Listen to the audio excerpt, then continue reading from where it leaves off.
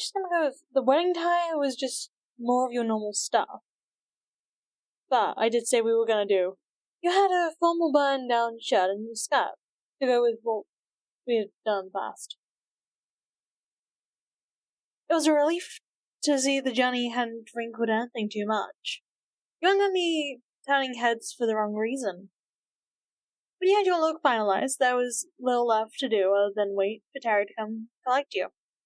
It felt funny to be loafing about in the house dressed to the nines. Not like it was the first time you gone up to do that.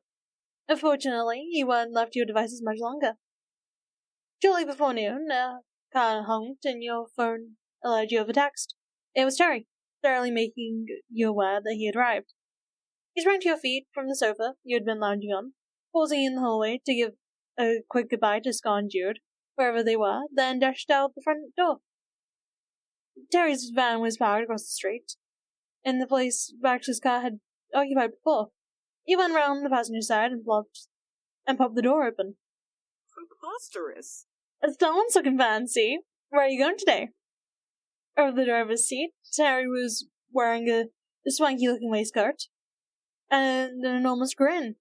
He looked so eager that, if you hadn't known better, you would have guessed that it was him getting married. You put your sweetest, most puppy dog-eyed expression, looking it for everything it was worth. I'm on my way to a wedding, but it's oh so far to walk in this heat. What's a poor, helpless personage to do? Terry laughed uproariously. Oscar winning material right here. Now, hurry and get it in already. The exits are waiting at the venue. You did as instructed, climbing into the cab and buckling yourself in. Just want to mention, I haven't seen that one before. It's usually, something along the lines of, well, what a coincidence. So am I. So, we're seeing new stuff. And a lot of old stuff for me. Terry rammed the van into gear and pulled off, wasting no time in heading back the way he'd come. As the car picked up speed, he drummed his hands on the steering wheel animatedly. Ah, it's finally here. The big one. I'm ready for it. Just try not to blow too loudly during the vows, okay? Yeah. Not you too! Brenda stuffed almost a whole box of tissues in her purse this morning, just in case. But not that bad. Okay, sure, that was that one time with the video of a three-legged kitten where I cried so hard I couldn't see him walk straight into a wall, but we don't talk about that. Besides, Cove's coming. How's anyone gonna talk about me when the master is right there? You'll have a starting water from anyone can say I do. That's true. It made sense that his emotions were shown off via tears, most of all. Cove was a child of the sea, fitting that only his happiness would overflow in the form of salt water. Well, is he like going to pull an anime girl stunt where the tears, or just an anime stunt where the tears explode out the eyes? You whiled away the journey in idle conversation, most of it wedding focused. The preparations were already well underway, but Terry was keen to stress that your assistance would be very welcome. The road brought you into the heart of the city. Both the wedding and reception were to be held on the upper floor of one of the many skyscrapers that dominated the urban sprawl. Terry parked in a lot under the shadow of the high rise, and after the extended elevator ride, the doors opened. You stepped into a spacious room flooded with sunlight. Oh, look how amazing the centerpieces look! I love it! So snazzy. And adorable.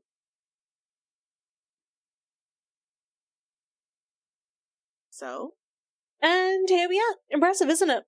They know how to pick a place. For anyone who wants to finally see, this is what Terry's outfit looks like. You can't help but agree. The wedding hall was basically an entire floor of the building. boasted floor-to-ceiling windows. The effect was dizzying. The whole city was at your feet. You weren't able to admire the view for long, however. The place was a frenzy of preparation. No sooner had you arrived than you were being swept up in it. And Baxter made a beeline for you the moment he had the elevator doors open, his wedding planner persona firmly in place. Nice to see you.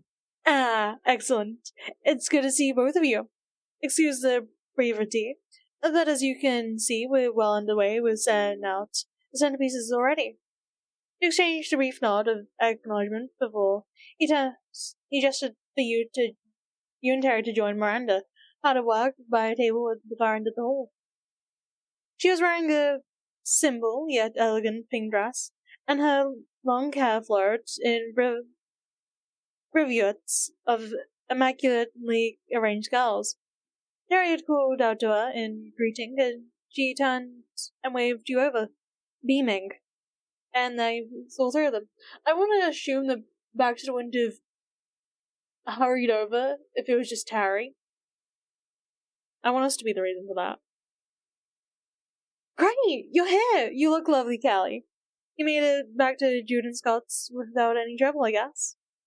He huddled in closer and gave a furtive look around the room as if her brother's fiancé might be initiated by some freak accident. Thank you. Baxter filled us in on your alibi. Thank you for making an extra cake. I know Jude was beating himself up over that. He pointed to a table a short distance away. The unassuming white platter and cover there. A gift from one groom to another. Courtesy of Callie and Baxter's bakery. Yeah, it looks pretty great. Scott's gonna love it, for sure. I sure hope so. They both will. Now, let's get to it. And Terry let out a startled grunt as Miranda dumped a box of guest favors into his arms before picking up another two on her own. Sorry, we don't have time to stand around, Callie. Would you grab that last box over there? We need to take them to... A hectic afternoon of busy work ensued. Everyone had been saying it, but this was something you'd only ever truly understood while in the thick of it. There was so much to do. The tables to decorate, seating plans to consult, name cards to sort, rows of chairs to set out, garlands to hang, and ribbons to tie, and candles to place into candlesticks. Miranda's parents were sitting at one of the dining tables, dressed in matching suit and dress, folding napkins like their lives depended on it. They'd clearly been practicing. It's funny, you thought, while unpacking the centerpieces, to see so many people whizzing about in formal clothing. I wondered if this is what brothers felt all the time. And eye of the storm was Baxter, coordinating with efforts with pros and experts beyond his years. Attention only served to make him sharper, more focused in his pursuit of perfection. It was the common nexus to all your efforts, the axle around which the room resolved faster and faster. You suppose this was just another kind of dance to him? It felt impossible to keep track of everything that was happening. You blinked, and then Xavier was there, delivering the confectionery masterpiece in his grandeur. It joined the concealed groom's cake on the dessert table. You happened to catch a glimpse of Xavier sneaking a peek under the lid. They looked like they improved. Maybe. There was, surprise, surprise, no minute to chat with them directly. They had business to get back to, and you were also otherwise occupied. So occupied, in fact, that several hours passed without you realizing it. That better be the last one. I'm never straightening another place setting for the rest of my life. Terry slumped into a chair, making a big show of looking short out of breath. Miranda plopped herself down in a chair next to him, and gave him a playful jab in the ribs with her elbow. Which granted, there's not a lot of reasons you need to be doing that again. Aw, you could have let me milk the drama for a bit. Sorry again? It's too late now, you've solved it. We should... Hey, are you okay? Terry put her hand on Miranda's shoulder, concerned. She had begun massaging the backs of her ankles, wincing a little. It'll be okay. I'm alright. It's these shoes. I don't know why I thought it was good to prepare this venue in this new pair when I could have worn my regular sandals and swapped them out before the guests arrive. Sorry. At least there's not a lot of reasons you need to decorate in wedding pumps again. Yeah, you solved it. Miranda startled a loud clap thing that rang through the hall, and Baxter was standing at the far end, his hands together. The room quickly fell silent. Bravo. If I could have your attention, everyone, I think I'm right in saying that we've completed the necessary preparations for the main event. You performed an admirable job. From this point on, the wedding should proceed without any further difficulties. So I'd like you to enjoy the special occasion tonight now. You've earned it. With that said, I've received word from the receptionist that the guests have begun to congregate in the foyer downstairs. You'll only need to join them to wait for the grooms to make their arrival. Thank you. You shared a look with Terry and Miranda before the three of you, with no small amount of effort, got on your feet. As you headed to the elevators, Baxter came alongside. The attention was offered for the moment. He eased into a more casual posture, with one hand in his pocket, very suave. He addressed you in each turn. Terry, Miranda, Callie, good work each of you. Thank you. In my capacity as an organizer, I wouldn't normally say this, but it's been a relief to be able to count on you today. This whole week, in fact. Don't say that. It's the least I could do for Jude, even in spite of his, lack of forethought. She sighed. I feel bad you won't see my brother at his best all the time. I love him, but sometimes his head is completely up his own ass. Baxter's cool countenance gave way to a sudden snort, which he tried and failed to cover with his hand. Never anticipated Miranda, of all people, to be the ones to say such a thing. It was rare, but she knew how to choose her moments carefully. It was always a bit of a treat. And Terry gave a dramatic gasp of indignation, and rounded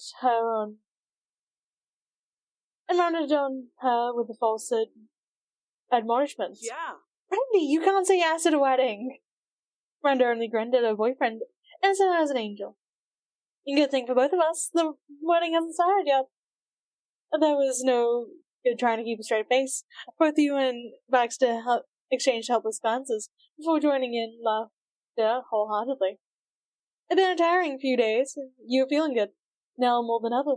But you've made it through with a little help from your friends and no amount of silliness. Baxter cleared his throat, regaining his composure, to the best of his ability. So... That being said, we should get our, buds dust. After you, Callie. You got into the elevator and made the ride down to the lobby, prickling with anticipation as the floors grew closer and closer to number one. The double doors opened to the bustling energy. The thronging hosts of guests were lingering about, chatting excitedly amongst themselves. Alright. There we go. I don't think we should end this, but it's very snazzy, I will say. And Baxter gave a proper tip of his head and darted off into the crowd, ostensibly to take care of arrangements for when the couple arrived. Terry and Miranda followed not far behind. He stayed put while they went round to give welcomes. Unlike you, they knew a fair number of the people in attendance. Still, there was one ever familiar face in the crowd, towering impressively over almost everyone else. Yet, standing awkwardly off to one side was the man with the gentle face and hair of the colour of the sea glass. Hey, Cove Holden! You clapped your hands around your mouth to shout. You immediately had attention of a good number of people in the room, most of them total strangers, but on the plus side, you also got Cove's attention. He was looking at you with wide eyes. For a moment, he looked like he was oversized to stare in headlights of an oncoming truck before he registered who had called out to him. His face lit up, and he ambled over to where you were standing. You drew him into a big hug. The Cove had many good qualities, but being premium hug material was definitely one of the bad ones. He made a small sound before his arms wrapped around you instinctively. When you drew apart again, Cove was regarding you with fondness. Hi, Cove. Hey, Callie, I missed you. His tenor was soft and full of sincerity. It tugged at your heartstrings to hear it in person again. I mean, I know it's not even been a week, but that's okay. I missed you too. That was the kind of sensation that you truly recognized in an instant. You gave voice to it. But it was the truth. You had been missing Cove all the way through this ordeal. After hearing his feelings echoed back to him, the Cove positively beamed. You basked in the shared sentiment for a while, not really speaking, content to be simply together. So, how did it go with the preparations stuff? With, Baxter, the wedding planning? There was a faint upward lit to the way he said Baxter's name, kind of like he was unsure if he remembered it correctly. Though, of course, that wasn't really the reason. The Cove found it just as sad as the rest of you to believe that your old acquaintance had reappeared. He's still not yet accustomed to including the name in his vocabulary. The wedding's gonna be great, and Baxter is, well, Baxter. The Cove scratched the side of his face with a finger, a little awkwardly. That's great about the wedding. And, Baxter too, I guess? I don't know. Your reunion was cut short by the sudden shift in the surrounding ambience. The constant hubbub was rising in intensity, reaching fever pitch. Something was happening. All around you, people were turning to face the entrance, craning their necks and peering around each other to get a better look. Through the glass doors, you made out familiar splashes of scarlet. There were several appreciative whispers from the congregation. A low whistle came from somewhere nearby. You heard a guest announce to his neighbors that their car was a Corvette, and Baxter was at the head of the assembly, ready and waiting to throw open the doors. The two men exited the stylish ride, dressed in even more fashionable suits. The grooms had arrived. And look how amazing Scott and Jude look. I love it. Like, love it so much. Amazing. I also love that they don't match in, like, the fabric, which is very funny to me. It's also just taken me this long to realize that Scott's taller than Jude. That's funny to me. You peeked at the photographs from the shopping spree, so you'd known what to expect. But there was always something different about seeing it in person. When Scott and Jude entered the building, the crowd parted, forming a corridor to let them pass. They'll be leading the way back up through the hall from here. The crowd was shepherded into the elevators and stages, heading back up top. Baxter was staying hard at work, directing the incoming traffic, and ensuring that everyone promptly found a seat. You and Cove arrived early and snagged a row for someone at the front. Miranda and Terry appeared afterwards and took the two spares. As soon the elevator doors closed for the last time, the final few stragglers eased into place. The betrothed were behind everyone, waiting patiently. All at once, like everyone could sense it, a hush fell over the crowd. Sprang over your shoulder, you saw Baxter give a bad nod to the officiant before fiddling with the miniature remote. From hidden speakers, you heard the opening bars of music you could replace as something measured upbeat, and every head in the room swiveled to watch Scott and Jude walk down the aisle. They were bound for an elegant archway that had been erected right beside the enormous windows. As they drew near towards it, the afternoon sun haloed them in gold. The music fell quiet. All was still. The last 5 days of your lives had been a whirlwind, a long, stressful journey towards this singular moment. You gazed at the joyful faces of the two men in front of you, and saw none of that. Here at last was the magic to the ritual. There were two figures, radiant, and bathed in sunlight. They stood hand in hand, with the whole world beneath them, and had eyes only for each other. The ceremony itself was brief, with no unnecessary pomp and the circumstance, but suffused throughout the sweetness. The officiant gave welcome before presuming with opening words on the subjects of commitment, of family, and of love. Exchange for vows and rings immediately followed, promises to be there for one another in good times and bad. Scott went and read, reading his vows from a little card. Jude did his from memory. His voice was trembling with emotion. You tried to focus on every word, but became a little distracted by your friends. From 2 seats down from you, Brenda was wordlessly dealing out panics to both Terry and Cove, who on cue had begun to weep.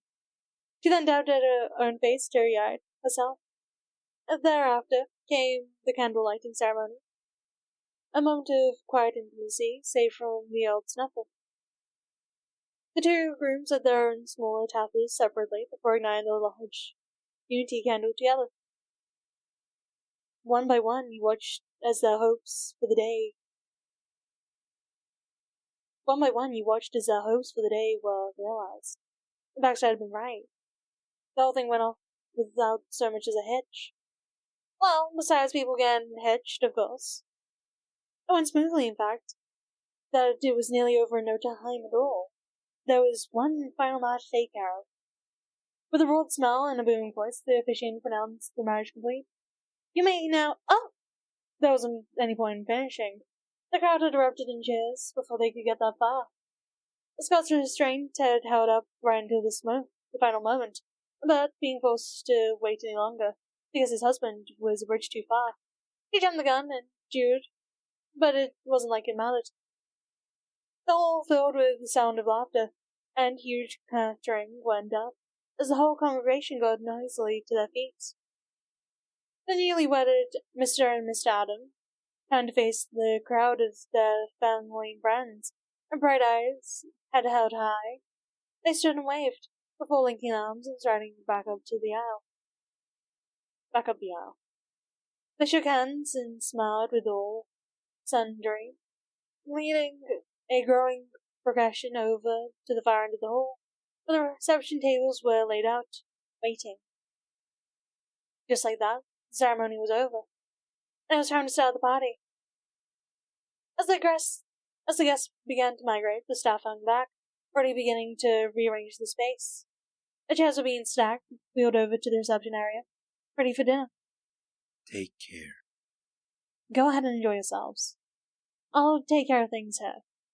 Baxter excused himself to assist with the preparation, whispering into the crowd, leaving you, Miranda, Cove and Terry to mingle with the other guests. And no sooner had you lost sight of him than you spotted the men of the hour, wading through the mass of guests, hands clasped triumphantly between them. Their progress was rather slow. Everyone and their mom wanted a handshake. Eventually they made it over to where your lower group was standing. Phil was bouncing on the balls of his feet, lighter than air. Jude was his usual grounded self, but you could tell he was ecstatic. He raised his hand in a casual wave. Yo! Hey guys! You threw your arms around both of them. Wow! Jude's arms came to steady you as you bowed into him. On your other side, Scott giggled.